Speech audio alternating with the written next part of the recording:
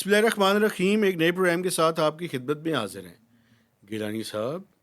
ये फिच की रिपोर्ट क्या कह रही है? ये तो पाकिस्तान की इकॉनमी की बातें तो हम छोड़ें, ये तो पॉलिटिकल बातें भी कर रहे हैं हाँ और जी, बड़ी खतरनाक किस्म की बातें कर रहे हैं। अजीबो-गरीब बातें कर रहे हैं। क्या कहा है फिर कह वैसे? देंगे कि बाहर से एक्सटर्नल फोर्सेस क्यों नहीं इम्पैक्ट करती। हैरान हो गया वैसे मैं ये रिपोर्ट पढ़ के कि एक तो इकॉनमी के हवाले से भी आप बताएं। ग्रोथ रेट तो उन्होंने कहा है जनाब 3.2% प्रोजेक्शन है उनकी, जो आप कह रहे हैं कि नहीं होगा। आपने तो IMF को भी कह दिया नहीं होगा, तो ये देखा जाएगा। लेकिन जो नाज़रीन जो अहम 2-3 चीज़ें हैं, एक जो डॉलर की वैसे प्रोजेक्शन उन्होंने, आपने तो खैर पता नहीं कितनी बताई, लेकिन ये 310 के करीब कह रहे हैं 2025 में होगी। तो ये प्रोजेक्शन मेरा मेरा तो ख्याल है, ज़ाहिर है सोसाइटी के एक सर्वे और जो कंडीशंस होती हैं आपकी उसकी बेसिस पे होती हैं। लेकिन जो अहम तरीन पैराग्राफ है वो इजाज़त दें तो मैं थोड़ा सा पढ़ लूँ ब्रीफली जी सर। कि वो कह रहे हैं कि बहुत सारी सेवरल लीगल सिस्टम में कामयाबियों के बावजूद इमरान खान जेल में रहेंगे अभी कुछ और अरसा। एक उन्होंने ये बात की। उसके बाद उन्होंने कहा है कि जनाब जो मज़े की बात है कि PMLN गवर्नमेंट को कुछ टाइम दिया जाएगा कि IMF की जो रिफॉर्म्स हैं वो उनको थोड़ा सा पुश करें और उनके सिस्टम को थोड़ा सा आगे लेके चलें। और उन्होंने कहा कि लग नहीं रहा कि ये हुकूमत 18 महीने से आगे चले। 18 महीने से मुराद है कि 12 से 18 माह की मेरे ख्याल में बात थी। 2025 के आखिर में, फरवरी में इलेक्शन हुआ ना। और साथ साथ में उन्होंने कहा कि अगर ये गवर्नमेंट खदशा है पहले चली जाती है, जिस तरह कोई लोग फोकस करते हैं, तो वो एक टेक्नोक्रेट्स की गवर्नमेंट बनेगी और उसके साथ काम चलाया जाएगा मीनवेल जब तक नए इलेक्शन यार नहीं वैसे होते। एक बात मुझे बताएं, एक हाँ मिनट जी। ठहरें ज़रा। ये फिच को बताता कौन और है? फ्रेजाइल पॉलिटिकल सिचुएशन उन्होंने कहा जी कि पाकिस्तान में है।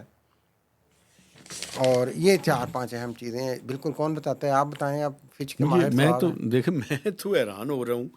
ये जो पॉलिटिकल इस तरह की प्रिडिक्शंस है, जी ये फिच जो है बेसिकली एक क्रेडिट रेटिंग और इकोनॉमी की उसके ऊपर काम करते हैं। लेकिन ये जो पॉलिटिकल साइड की चीज़ें बता रहे हैं, जी 18 माह की बात कर रहे जी हैं, 12 से 18 माह की बात जी की है इन्होंने। ये बड़ी हैरान कुन बातें हैं वैसे, मैं बिल्कुल आपको ऐसे बताऊं। है। और दो दो तीन चीज़ें और बहुत उसके हैरान बाद कौन है। टेक्नोक्रेट की हुकूमत की बात वह भी, करना, ये भी हैरान कौन है। और ये भी कह रहे हैं कि इमरान खान अभी जेल में रहेगा। ये भी हैरान कन बात है।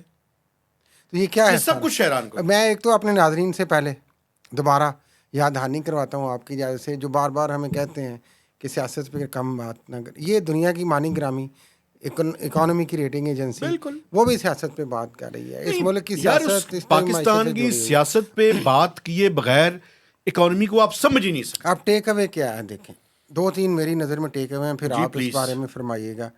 एक तो जाहिर है सिस्टम नहीं चल रहा, पूरी दुनिया को पता है।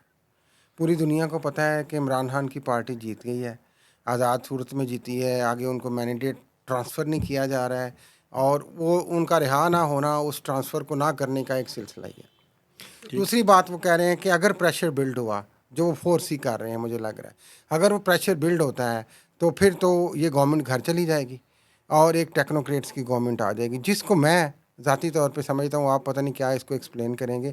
It will be kind of N emergency situation इसमें। और ये बार बार मैं कई अपने प्रोग्राम्स में पहले भी अर्ज़ कर चुका हूँ कि ये वैसे ही है। ये मुशर्रफ दौर से एक ख्वाब देखा जा रहा है, एक नेशनल गवर्नमेंट का, एक टेक्नोक्रेट्स की गवर्नमेंट का, जो कुछ अर्सा सियासी जमातों से हट के मुल्क को एक ठहराव दे कुछ अरसे के लिए, सिस्टम को बेहतर करें और आगे चलें। लेकिन बदकिस्मती से ये बातें जब होती हैं तो लोग भी ऐसे आते हैं, उनके नाम ऐसे आते हैं कि सिस्टम नहीं बेहतर हो पाते।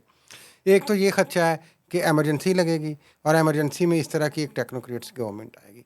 दूसरा ख़तरा जो पहले ही नज़र आ रहा है, वो कह रहे हैं कि जनाब अगर चल भी जाती है ये हुकूमत, थोड़ा सा ये प्लेस कर देगी रिफॉर्म्स को IMF की को, तो ये अगले 18 महीने यानी कि आप होने किस तरह तक। की इमरजेंसी की बात कर रहे हैं? वो इमरजेंसी जो कि पार्लियामेंट की अप्रूवल से होती है, या मिलिट्री हुकूमत को थ्रो अवे करने के बाद एक इमरजेंसी लगाती है? मुझे समझाएं नहीं ज़रा। नहीं नहीं, ये तो पार्लियामेंट नहीं, ये कंसेंसस ही होगा एक तरह का।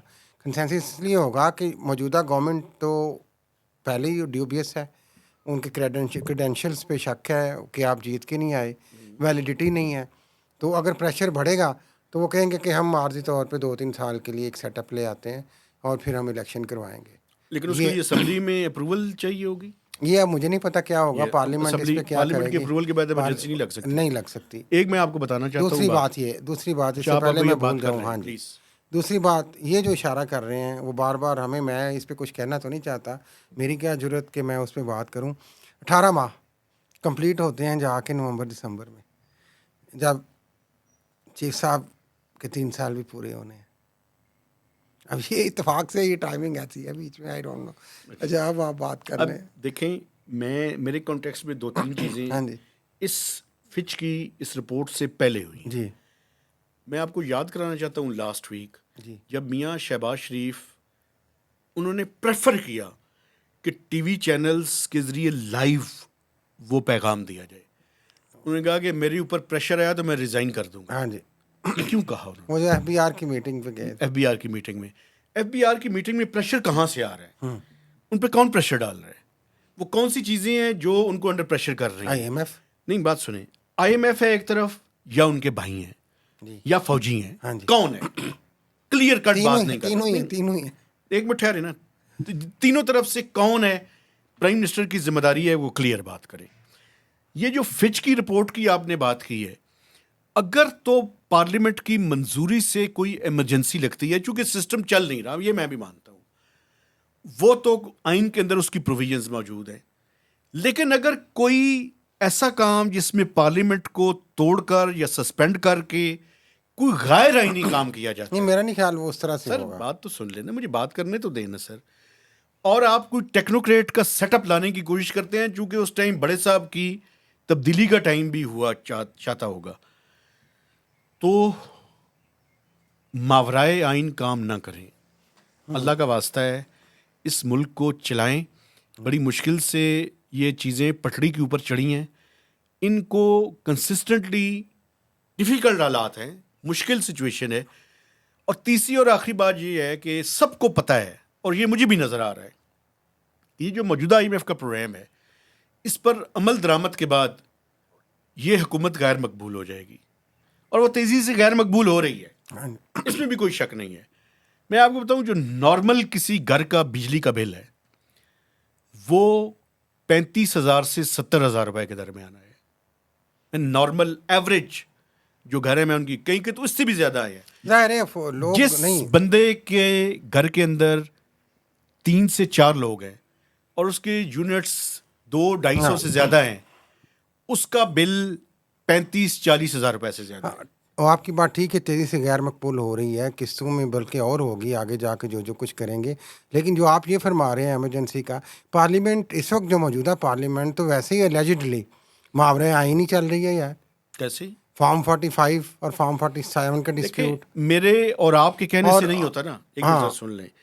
प्रॉब्लम ये है कि एक इस मुल्क के अंदर आइन मौजूद है, कानून भी मौजूद है, लेकिन मुझे और आपको क्या करना चाहिए? मुझे और आपको ये जो ट्रिब्यूनल्स के ऊपर बैठे हुए हैं, ये जो इलेक्शन कमीशन ऑफ पाकिस्तान है, ये जो सुप्रीम कोर्ट ऑफ पाकिस्तान है, इनके मोहतरम और काबिल इज्जत जजेस को ये रिक्वेस्ट करनी चाहिए कि अल्लाह का वास्ता है, या तो इसका आइन और कानून को सस्पेंड कर दें, मार्शल लॉ के तहत हलफ उठा लेना, हाँ, PCO जजेस बन जाए। पीसीओ जजेस बन जाएं, या आइन और कानून पे अमल करें।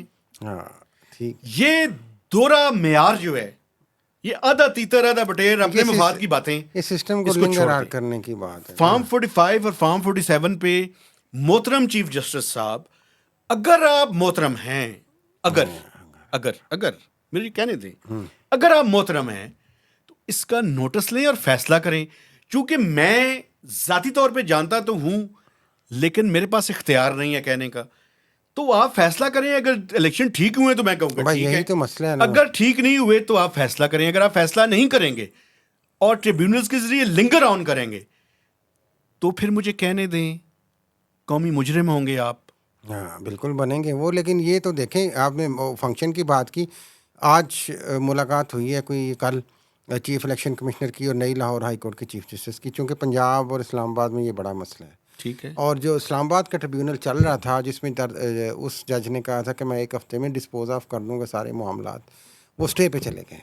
अब देखिए उसको chief justice Islamabad high court ने स्टे दे दी है। ये बेसिकली लिंगर ऑन करने के तरीके हैं। बिल्कुल आखिरी बात, जाते जाते आपने चीफ साहब की बात की, तो जनाब काजी फायज ईसा साहब मोहतरम, उनसे मैं भी दस्त बदस्ता अपील करना चाह रहा हूँ कि आपने एक आते ही एक कमीशन बिठवाया था फैज़ाबाद के धरने पे, और वो फिर इंक्वायरी ख़त्म हो गई और फिर वो रिजेक्ट हो गई और फिर पता नहीं कहाँ चली गई और वो फैज़ाबाद वाले फिर वहाँ आके आबाद हो गए हैं।